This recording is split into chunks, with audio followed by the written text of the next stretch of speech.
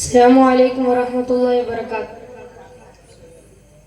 അൽഹംദുലില്ലാഹ് സ്വലാത്തു വസ്സലാമു അലാ അഷ്റഫി റസൂലില്ലാഹ് വഅലാ ആലിഹി വസഹ്ബിഹി അജ്മഈൻ. അമ്മാ ബഅദ്.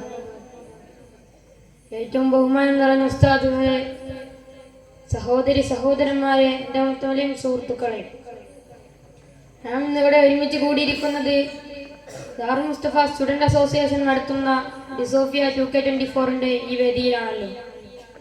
ഞാൻ നിങ്ങളുമായി നബി സല്ലല്ലാഹു അലൈഹി വസല്ലമയെ കുറിച്ച് അല്പം പറയാം.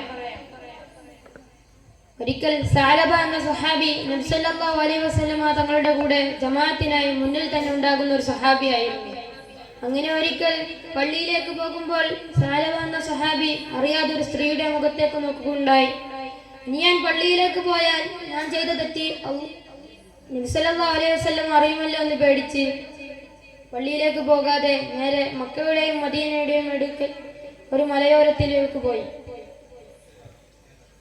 അങ്ങനെ 40 ദിവസത്തിന് ശേഷം ജിബ്രീൽ അലൈഹിസ്സലാത്തു വസ്സലാം നബി സല്ലല്ലാഹു അലൈഹി വസല്ലമയോട് ചോദിക്കുകയുണ്ടായി, ഓ നബിയെ, സഅലബ എവിടെ?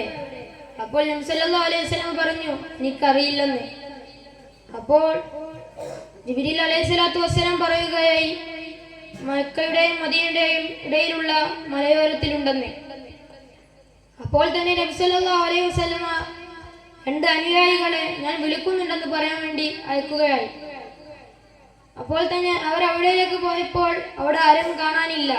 കുറച്ചു നേരം കാത്തിരുന്നപ്പോൾ ഒരാൾ വരികയായി. അയാളോട് ചോദിച്ചു, നിങ്ങൾ കണ്ടിരുന്നോ? അപ്പോൾ അവർ പറയും, സഅലബയാണോ? ഞാൻ കണ്ടിട്ടില്ല, രാത്രി ഇവിടെ ദുആവുമായി ഇവിടെ ഇരിക്കുന്നത് കാണാറുണ്ട്. അങ്ങനെ രാത്രി ആയപ്പോൾ സഅലബ എന്ന സ്വഹാബി അവിടേക്ക് വരികയായി.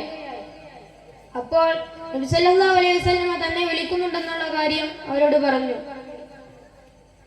അപ്പോൾ തന്നെ സഅലബ നബി സല്ലല്ലാഹു അലൈഹി വസല്ലമ തങ്ങളുടെ അടുത്തേക്ക് പോയി. നബി സല്ലല്ലാഹു അലൈഹി വസല്ലമ തങ്ങളോട് അവർ ചെയ്തു പോയി എല്ലാ തെറ്റും പറഞ്ഞു. ഞാൻ ഈ ചെയ്ത തെറ്റി അല്ലാഹു തആല ഒരിക്കലും പൊറുക്കില്ലെന്ന് പറഞ്ഞു. അങ്ങനെ കുറെ കാലങ്ങൾക്ക് ശേഷം സഅലബ എന്ന സ്വഹാബിക്ക് മാരകമായ ഒരു പനി ഉണ്ടായി. അപ്പോൾ നബി സല്ലല്ലാഹു അലൈഹി വസല്ലമ കാണാൻ പോയപ്പോൾ നബി സല്ലല്ലാഹു അലൈഹി വസല്ലമയുടെ മടിയിൽ തല വെച്ചു പറഞ്ഞു, നീ ചെയ്ത തെറ്റി അല്ലാഹു തആല പൊറുത്തിട്ടുണ്ടെന്ന്.